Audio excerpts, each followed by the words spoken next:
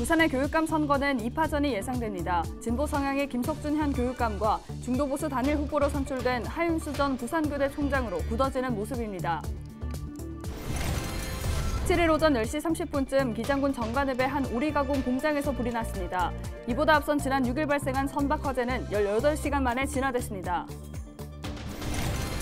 부산의 도시가스 공급률이 95%에 이른 가운데 중구 보수동의 한 마을은 그동안 도시가스가 공급되지 않아 주민들이 불편을 겪어왔는데요. 지역사회의 노력으로 문제를 해결했습니다. 부산의 코로나19 신규 확진자가 사흘 만에 다시 세 자릿수로 떨어졌습니다. 일선 보건소의 신속 항원 검사는 오는 11일부터 중단됩니다.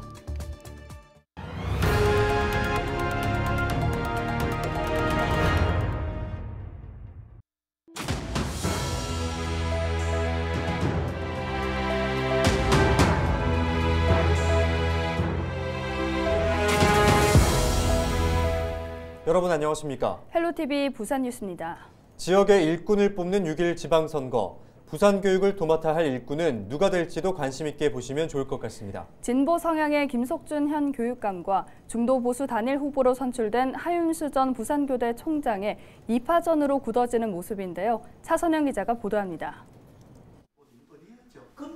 일찌감치 선거 채비를 마친 사람은 하윤수 전 부산교대 총장. 지난해 말 중도보수 교육감 후보로 추대된 이후 2월에 예비 후보로 등록했습니다. 최근에는 선거대책위원회를 꾸리고 부산교육소통간담회를 여는 등 의견 수렴을 본격화하고 있습니다. 학생과 학부모, 교원 간의 소통을 활성화해 교육 공동체 정신을 복원하는 것이 급선무라는 것입니다. 또 지금까지 부산교육은 획일적인 평준화 교육이 이루어졌다며 기초 학력을 높이고 인성교육을 강화하는 등 제2의 부산발 교육혁명을 이뤄내겠다고 밝혔습니다. 부산의 교육의 이익은 바로 부산의 유익입니다. 부산의 인재가 머무를 수 있도록 이제 우리 함께 해봅시다. 우리 부산 시민 여러분 함께 해봅시다.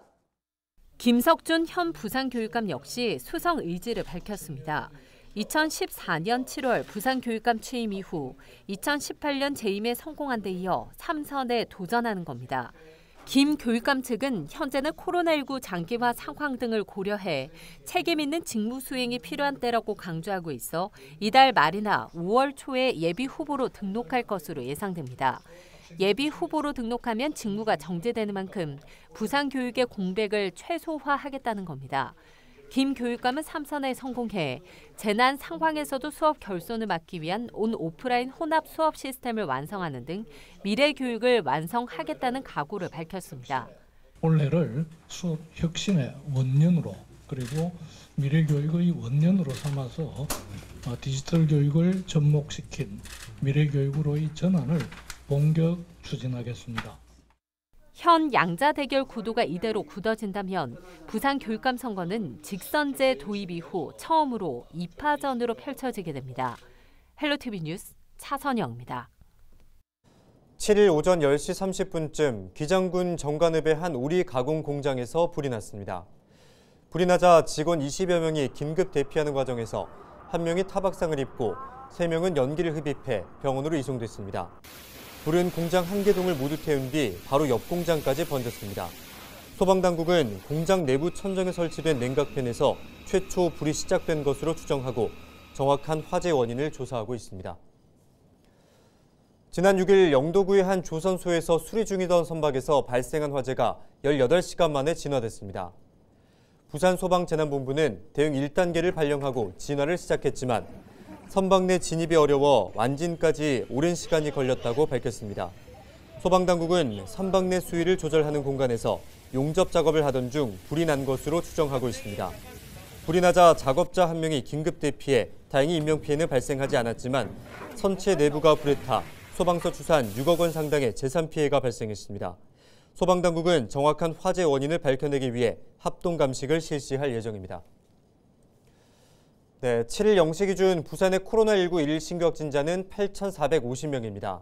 사망자는 33명으로 80세 이상이 20명, 70대 7명, 60대 6명이며 모두 기저질환이 있었던 것으로 전해졌습니다.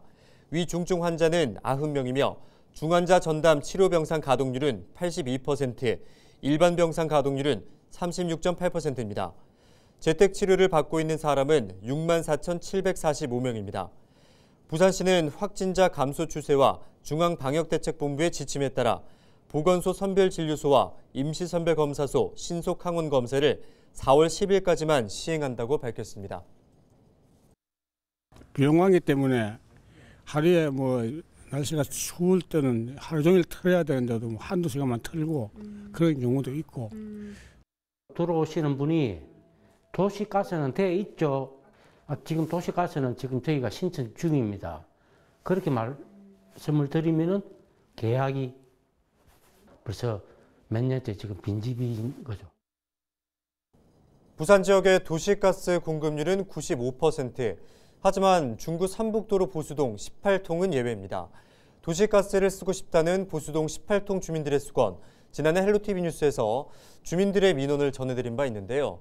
주민들이 민원을 제기한 지 꼬박 1년 만인 올해 3월 도시가스 공급이 결정됐습니다. 지금까지 도시가스 공급이 어려웠던 이유는 계단 때문인데요. 해당 지역의 경우 40여 미터 계단 양옆으로 주택이 이어져 있습니다. 도시가스를 공급하려면 계단 아래로 배관을 설치해야 하고 설치 후에는 계단 복구를 해야 합니다. 일반 도로와 비교해 상대적으로 공사비가 많이 드는데요. 더욱이 도시가스 수요자가 적다는 이유 등으로 그동안은 공급이 되지 않았습니다. 지난해 주민들은 도시가스 공급 신청을 개별적으로 하는 대신 50여 세대 동의를 모아 전달했습니다. 구의회와 행정에서도 적극적인 지원 사격을 펼쳤습니다. 지난해부터 지속적으로 제기해왔던 중구 보수동 주민분들의 오랜 수건인 도시가스 공급 문제가 해결된 것에 대해 정말 다행이라고 생각을 합니다. 그동안 부산 도시가스 관계자를 수차례 만나 주민들의 어려움에 대해 해결책을 마련하고 건의하고 구청과 더불어 협의점을 찾아 주민들에게 도시가스 공급이 되어 매우 감사하며 이 소식에 반가운 건 누구보다 주민들입니다. 너무 좋죠. 진짜 한 10몇 년 전부터 이거를 도시가스 하려고 접수를 했거든요. 근데 계속 안 됐어요. 계속 안 됐는데 이번에 진짜 너무 감사하게 이렇게 돼갖고 여기는 우리 이쪽에는 또 노인층이 많거든요. 노인층 많은데 어르신들도 너무 좋아하시고. 가스 떨어졌다고 걱정 안 해도 되고 또 석유 떨어질까 봐 걱정 안 해도 되고 그런 거에서 많이 유익하죠. 올해 6월쯤 가스관로 공사가 이뤄지면 하반기부터는 보수동 18통 주민들도 도시가스를 사용할 수 있을 것으로 보입니다.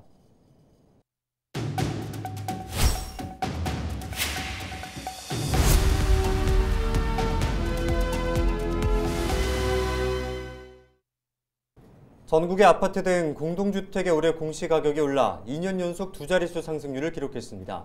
정부는 공시가격 상승에 따른 세금 부담을 완화하기 위해 1세대 1주택자의 올해 보유세를 지난해 수준으로 동결하기로 했는데요. 네, 이와 관련해 김혜신 솔렉스 마케팅 부산지사장 통해 자세한 이야기 들어보겠습니다. 안녕하십니까? 네, 안녕하십니까. 김혜신입니다. 네, 올해 공동주택 공시가격을 살펴보면 부산은 2년 연속 두 자릿수 상승을 보였습니다. 서울 외 지역으로는 유일하게 해운대 LCT가 상위 10위 안에 포함되기도 했는데요. 부산과 전국의 공시가격 변동률에 대해 짚어주시죠.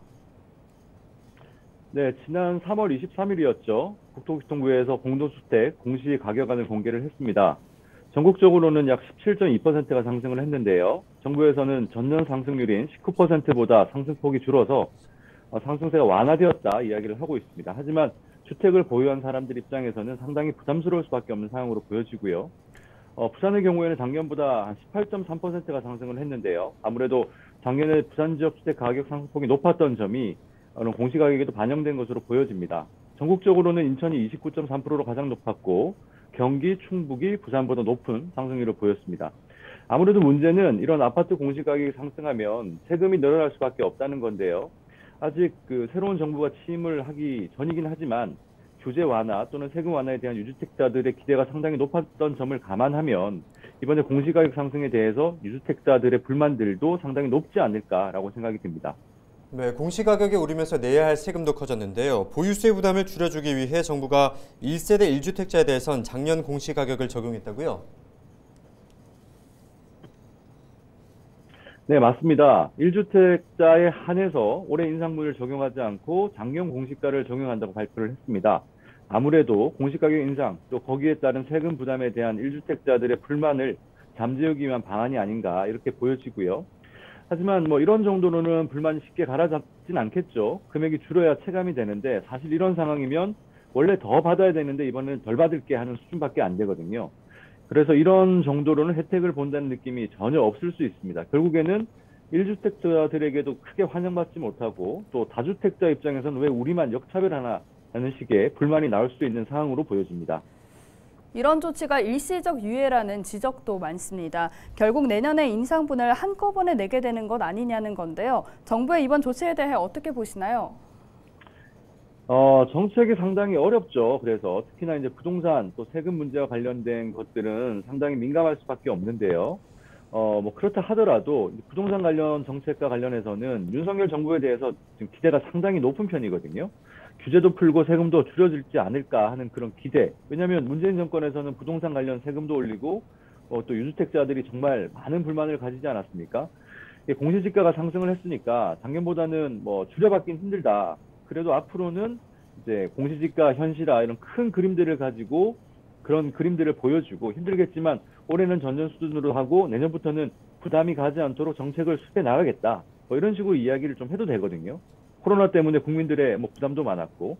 근데 이제 그러지 못하는 상황이고 어떻게 보면은 이제 부동산과 관련된 그 새 정부의 첫 번째 정책으로도 볼 수 있는데 규제 완화 또 세금 완화 이런 것들이 진짜 맞아 하는 의구심들이 이런 국민들 사이에서 들 수 있는 행보이다 이런 생각이 좀 듭니다.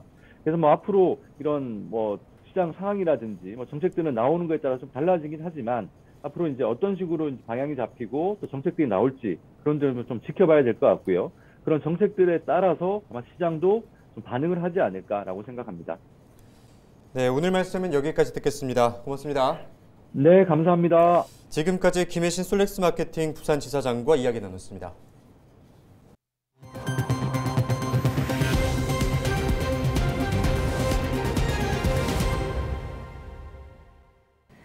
제11회 부산국제화랑아트페어가 7일 백스코에서 개막했습니다. 올해 아트페어는 국내외 최정상급 갤러리 164개가 참가해 10일까지 진행됩니다. 특히 K콘텐츠, 디지털 뉴딜, NTF 등 현재의 미술 시장과 미래 가능성을 함께 살펴볼 수 있도록 마련됐습니다.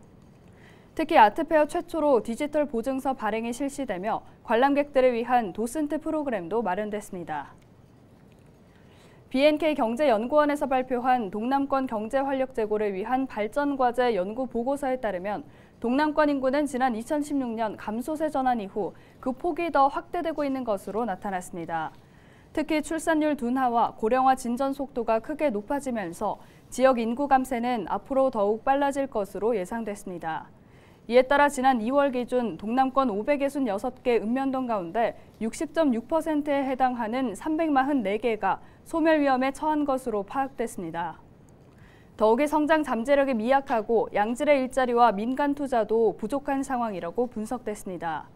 이에 따라 새로운 정부 출범 초기에 상징성 있는 지역 균형 발전 정책을 과감하게 추진해 나가야 한다고 밝혔습니다.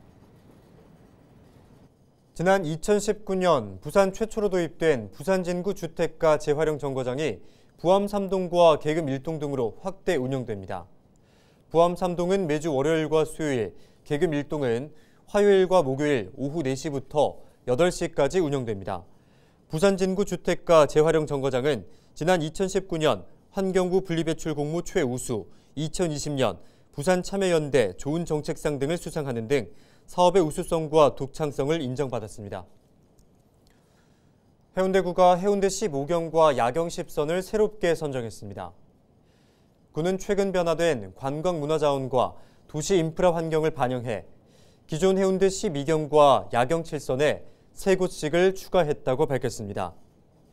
해운대 15경은 청사포 다리돌 전망대, 송정 옛길, 삼절사가 새롭게 선정됐고 야경 10선은 해운대 비축제, 송일정 일출, 리버 크루즈에서 바라보는 센텀시티가 추가됐습니다. 해운대구는 이번에 재선정한 명소들을 관광 안내 책자와 지도에 소개하고 관광 투어 상품으로 개발하는 등 사계절 관광지로 자리매김할 수 있도록 할 계획입니다.